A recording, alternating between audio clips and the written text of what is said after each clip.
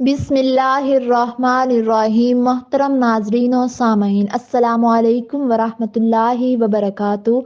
माह शबान की फ़जीलत व बरक़ात। माह शबान की फ़जीलत इस्लामी साल का 8वां महीना शबानुल मुअज़्ज़म है। शबान का महीना बड़ी अज़मतों और बरकतों वाला महीना है। माह शबान बहुत सी फ़जीलतों का हामिल है। हज़रत अनस बिन मालिक रज़ी अल्लाह तआला अन्हु ये बयान फरमाते हैं कि रोज़ादार की नेकियों के सवाब में इस तरह इजाफा होता है कि जैसे दरख्त की शाखों में इजाफा होता है। शबान का महीना बरकतों वाला है। इस महीने में बहुत सी नेकियां तकसीम की जाती हैं कि जैसे रमज़ान के महीने में गुनाह जला दिए जाते हैं, इस वजह से इसको शबान कहते हैं। अल्लाह तबारक व तआला ने साल के 4 महीने बरगजीदा फरमाए, रजब, शबान, रमज़ान और मुहर्रम। इनमें से शबान को चुन लिया और इसे रहमत आलम हज़रत मोहम्मद सल्लल्लाहु अलैहि वसल्लम का महीना करार दिया। जैसा कि हदीस पाक में बयान हुआ है कि हज़रत मोहम्मद सल्लल्लाहु अलैहि वसल्लम ने फरमाया, रजब अल्लाह ताला का महीना है, शबान मेरा महीना है और रमज़ान मेरी उम्मत का महीना है। अल्लाह तबारक व तआला ने इंसानी जिंदगी को बड़ा कीमती बनाया है, इंसान को अपनी रहमत और बरकत से नवाजा है। पहली उम्मतों की उम्रें लंबी और जिस्मानी कुव्वतें मजबूत होती हैं। इसके मुकाबले में उम्मत मोहम्मदिया की उम्रें भी कम हैं और सेहत के एतबार से भी कमज़ोर हैं। इसके लिए अल्लाह तबारक व तआला ने अपने महबूब के तुफ़ैल आप सल्लल्लाहु अलैहि वसल्लम की उम्मत को ख़ास इनामात और एजाज़ात से नवाजा है कि मुशक्क़त और मेहनत थोड़ी, लेकिन इसका अजर लामहदूद बे इंतहा अजर सवाब की सादत इस उम्मत को हासिल है। ये फजीलत वाला महीना नफली रोज़ों और इबादत के लिए इंतहाई फजीलत वाला है। इस माह की फजीलत और बरक़ात की वजह ये भी मालूम होती है कि इस बाबरकत महीने में माह रमज़ान के रोज़ों, तरावी और दीगर इबादत की तैयारी का मौका मिलता है। रमज़ान मुबारक के इस्तकबाल और इबादत की तैयारी ही की वजह से नबी करीम सल्लल्लाहु अलैहि वसल्लम ने इस महीने में खसूसियत से खैर और बरकत की दुआ फरमाई है। हज़रत अनस रज़ी अल्लाह तआला अन्हु फरमाते हैं कि नबी करीम सल्लल्लाहु अलैहि वसल्लम ने ये दुआ फरमाया करते थे कि ऐ अल्लाह पाक, हमारे लिए रजब और शबान में बरकत अता फरमा और हमें रमज़ान के महीने तक पहुँचा। मोहतरम नाज़रीन और सामीन, माह शबान में ये 5 काम लाजमी करने चाहिए। नंबर 1, माह शबान का चाँद देखने का एहतमाम करें। नबी करीम सल्लल्लाहु अलैहि वसल्लम ने फरमाया कि शबान के चाँद का शुमार रखो रमज़ान के लिए। नबी करीम सल्लल्लाहु अलैहि वसल्लम ने शबान के चाँद का इतना ख्याल रखा करते थे कि किसी और माह के चाँद का इतना ख्याल ना फरमाते थे। इन रिवायतों से माह शबान के चाँद का एहतमाम साबित है। लिहाजा शबान वो बाबरकत और फजीलत वाला महीना है जिसमें तमाम भलाइयों के दरवाजे खोल दिए जाते हैं और आसमान से बरकतों का नज़ूल होता है। गुनहगार बख्शिश पाते हैं और बुराइयां मिटा दी जाती हैं। इसीलिए शबान को यानी गुनाहों की बख्शिश का जरिया बनने वाला महीना कहा जाता है। नबी करीम सल्लल्लाहु अलैहि वसल्लम ने शबान को अपना महीना करार दिया और इस माह की हुर्मत और ताज़ीम को अपनी हुर्मत और ताज़ीम करार दिया। नबी करीम सल्लल्लाहु अलैहि वसल्लम इस महीने में रोज़े रखते और दीगर आमाल सालिहा बजा लाते। नंबर 2, बरकत के लिए दुआएं करें। अपने लिए भी दुआएं करें और दूसरों के लिए भी दुआएं करें। माह शबान में अल्लाह तबारक व तआला की रहमतों का दरिया हमा वक्त मौजज़न रहता है और अल्लाह पाक की रहमत का साया हर वक्त अपने बंदों पर फगन रहता है।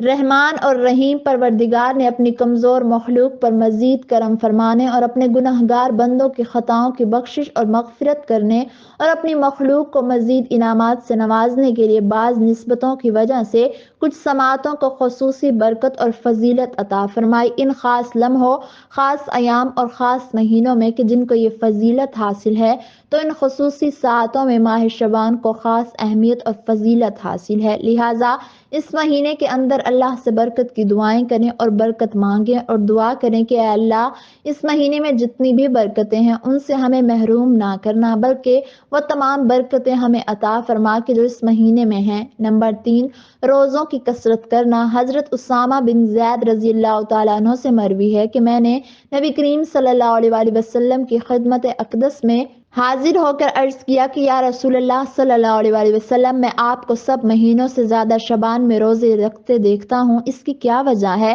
آپ صلی اللہ علیہ وآلہ وسلم نے فرمایا، رجب اور رمضان کے درمیان وہ مہینہ ہے کہ جس سے لوگ غافل رہتے ہیں۔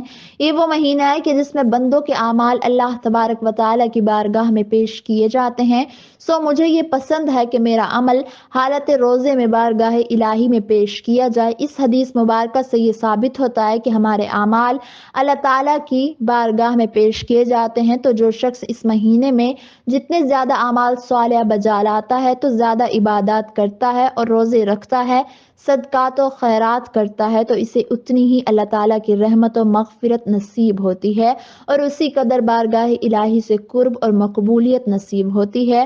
حضرت عائشہ صدیقہ رضی اللہ تعالیٰ عنہ فرماتی ہیں کہ نبی کریم صلی اللہ علیہ وآلہ وسلم کو تمام مہینوں میں سے شعبان کے روزے رکھنا زیادہ محبوب تھا۔ آپ صلی اللہ علیہ وآلہ وسلم شعبان کے روزوں کو رمضان المبارک سے ملا دیا کرتے تھے۔ نمبر 4، رمضان کی تیاری۔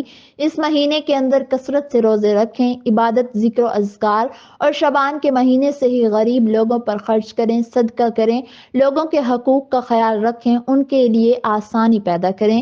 شعبان کے مہینے میں نیکیوں والے کام زیادہ سے زیادہ کریں، اور شعبان میں ان کاموں کی وجہ سے آپ کی رمضان کی تیاری بھی ہو جائے گی۔ ماہ شعبان میں ہی ماہ رمضان کے روزوں، تراویح اور دیگر عبادات کا موقع ملتا ہے۔ نمبر 5، شب بارات کی رات۔ سال کے 12 مہینوں میں سے رمضان تو ایسا مہینہ تھا کہ جس کے روزے فرض تھے۔ آپ صلی اللہ علیہ وآلہ وسلم پورا کا پورا مہینہ روزے رکھتے، لیکن باقی کے 11 مہینوں میں سب سے زیادہ روزوں کا اہتمام آپ صلی اللہ علیہ وآلہ وسلم شعبان میں فرماتے تھے۔ آخر اس کا کوئی سبب تو ہوگا، اور کوئی تو خیر و برکت کا پہلو ایسا ہوگا جو ماہ شعبان کو ایسی فضیلت و بزرگی عطا کی گئی۔ اس مہینے کی فضیلت کی بنیادی وجہ یہ ہے کہ اسی ماہ مبارک میں وہ مبارک رات آتی ہے کہ جسے شب برات کے نام سے موسوم کیا جاتا ہے۔ حضرت عائشہ صدیقہ رضی اللہ تعالی عنہ سے روایت ہے کہ نبی کریم صلی اللہ علیہ وآلہ وسلم نے فرمایا، جبرائیل علیہ السلام میرے پاس آئے اور مجھے یہ کہا کہ یا رسول اللہ صلی اللہ علیہ وآلہ وسلم، یہ رات 15ویں شعبان کی رات ہے، اور اس رات اللہ تعالیٰ قبیلہ کلب کی بکریوں کے بالوں کے برابر لوگوں کو جہنم کی آگ سے آزاد فرماتا ہے۔ قبیلہ بنو کلب عرب کا ایک مشہور قبیلہ تھا جس کے پاس عرب کے تمام قبائل سے زیادہ بکریاں تھیں۔ مورخین نے لکھا ہے کہ قبیلہ کلب کے پاس تقریباً 20,000 بکریاں تھیں۔ شب بارات رحمت خداوندی کے طفیل لاتعداد انسان دوزخ سے نجات پاتے ہیں۔ اس رات اللہ تعالیٰ غروب آفتاب کے وقت سے ہی اپنی شان کے لائق آسمان دنیا پر نزول فرماتا ہے۔